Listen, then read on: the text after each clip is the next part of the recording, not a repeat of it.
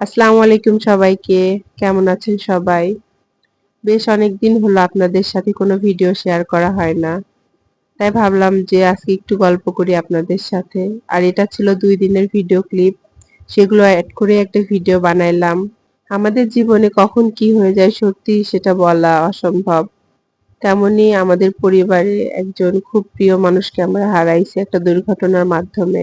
একটু পরে শেয়ার করছি সেটা আপনাদের সাথে। এই দিন আমি ভিডিও শুরু করেছিলাম সন্ধ্যা থেকে।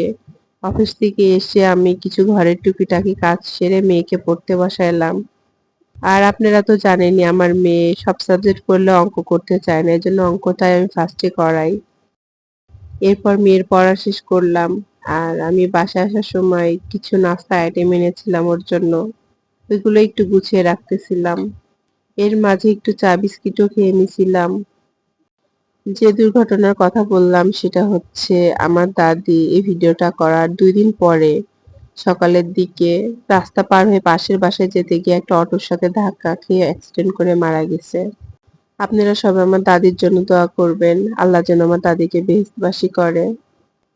আর যারা গাড়ি চালায় তাদের উদ্দেশ্যে বলছি, একটু সাবধানে আপনারা গাড়ি চালাবেন। আপনাদের একটু বেখেয়ালির জন্য আমাদের জীবন থেকে অনেক প্রিয় মানুষ হারিয়ে যায়।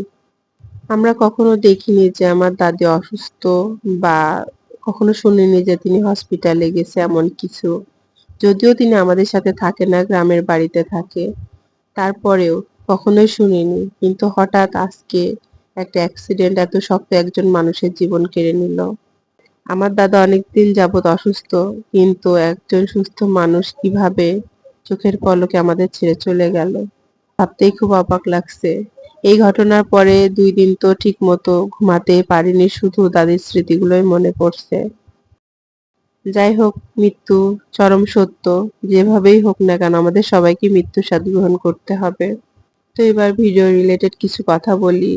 এই যে মেয়ের পড়া শেষ করে ওর পড়ার টেবিল, তারপরে আমার মেয়ের প্রতিদিনের যাবতীয় যা প্রসাধনী লাগে সেই কসমেটিক্স গুলো সুন্দর করে গুছিয়ে নিলাম।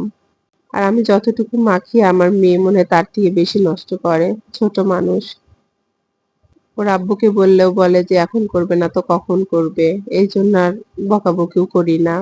২-৩ দিন ধরে আমার গায়েও প্রচন্ড জ্বর ছিল। এজন্য আমার খুব জাম খেতে ইচ্ছা করছিল। অফিস ছুটির সময় সারা বাজার জাম খুঁজেছি, পাইনি। পরের দিন সকালে দেখি আমার কলিগ আমার জন্য জাম নিয়ে এসেছে ওদের বাসা থেকে। এগুলো একটু লবণ মরিচ মেখে খেলাম। আর এদিন ছিল আমার ছোট ভাইয়ের বউকে ডাক্তার দেখাতে নিয়ে যাওয়ার কথা। তো দুপুরবেলায় আমি বাসায় চলে গেছিলাম। যেয়ে রেডি হয়ে দুপুরের খাবারটা খেয়ে এই যে সিএনজিতে বসে পড়েছি। আর এই যে সিএনজি আলাদের নিয়ম যে সব সিট বুকিং না হলে ওরা যাবে না। গরমের মধ্যে বসেছিলাম, কিন্তু জানি সিএনজি ছাড়লে বাতাসে বেশ ভালোই লাগবে। এইজন্য একটু কষ্টই করতেছিলাম। কিছুক্ষণের মধ্যেই আমাদের সিএনজিটাও ছেড়ে দিছে। আসলে আমরা গেছিলাম কুষ্টিয়াতে আমার ছোট ভাইয়ের বউকে ডাক্তার দেখানোর জন্য। কিন্তু এই দাদি মারা যাওয়ার আগের দিনেও আমাদের সাথে একটা অন্যরকম ঘটনা ঘটেছে। ভিডিওটা দেখতে থাকুন তাহলে জানতে পারবেন। প্রথমে যে সিরিয়াল দিয়ে বসেছিলাম, সিরিয়াল ৩৯ নম্বর ছিল। বেশ অনেকক্ষণই ওয়েট করা লেগেছে। তো আমরা বসেছিলাম আর ভাবলাম যে ওকে ডাক্তার দেখাতে এসেছে, আমারও মাঝে, মাঝে একটু পেটে ব্যথা করে। তাই আমি একটু এখান থেকে ভালো জায়গা যেহেতু টেস্ট করে যাই। প্রথমে আমার ভাইয়ের বউ এখানে কিছু টেস্ট করার জন্য ভেতরে যাচ্ছিল আর আমি এখানে দাঁড়িয়েছিলাম। ও ছোট মানুষ এজন্য ভয় পাইতেছিল। কিন্তু আমি ওকে একটু সাহস দিলাম, যদিও আমারও ভয় লাগছিল কারণ আমরা এই টেস্টটা কখনোই করিনি, কেমন কি হবে। তারপরও বড় হিসাবে ওকে অনেক সাহস দিলাম। আমরা না বাসায় থাকলে একটু অসুস্থ হলে ভাবি যে আমাদের এত অসুখ হয়, আল্লাহ কেন এত অসুখ দেয়।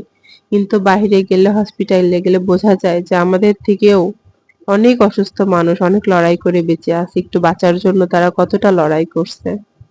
আর যে একটা অকল্পনীয় ঘটনা ঘটেছে সেটা হচ্ছে আমার ভাইয়ের বউর যে সমস্যা বলে আমরা এখানে পরীক্ষা করতে আসি, পরে আমি নিজে থেকেই টেস্টটা করে দেখি যে সমস্যাটা ওর না আমার। সত্যি এটা একদমই অকল্পনীয় ছিল।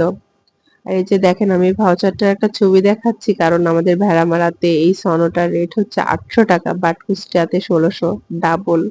তো কিছু করার নেই, অসুখ যিনি দিছেন সুস্থতাও তিনি দিবেন। আল্লাহর নাম করে বাসায় যাওয়ার জন্য বেরিয়ে পড়লাম। আর এখানে আমরা একটু খাওয়া দাওয়া করার জন্য একটা হোটেলে গেছিলাম। আমরা যতবারই কুষ্টিয়াতে যাই এই হোটেলটাতে খাওয়া দাওয়া করি। মজমপুর গেটের এই হোটেলটার খাবার সত্যি আমাদের অনেক ভালো লাগে। আর এই যে এখানে যে মোগলাইটা দেখতে পাচ্ছেন, আমার লাইফে যত মোগলাই খেয়েছি এটার টেস্ট সব থেকে বেস্ট। খাওয়া দাওয়া শেষ করে আমরা সিএনজিতে উঠে পড়েছি। অনেক রাত হয়ে গেছিল, কোনো গাড়ি ঘোড়া ছিল না, তো সিএনজি ওয়ালা বলল যে সব সিট বুকিং না হলে যাবে না। তখন নিরুপায় হয়ে পুরা সিএনজিটাই আমরা রিজার্ভ নিয়ে নিলাম। আর এই ভিডিওটার পরের দিনই সকালে আমার দাদি মারা গেছিল। তো আজকের ভিডিওটি এ পর্যন্তই। সবাই ভালো থাকবেন, সুস্থ থাকবেন, নিজের খেয়াল রাখবেন। দেখা হবে নতুন কোনো ভিডিওতে। আল্লাহ হাফেজ।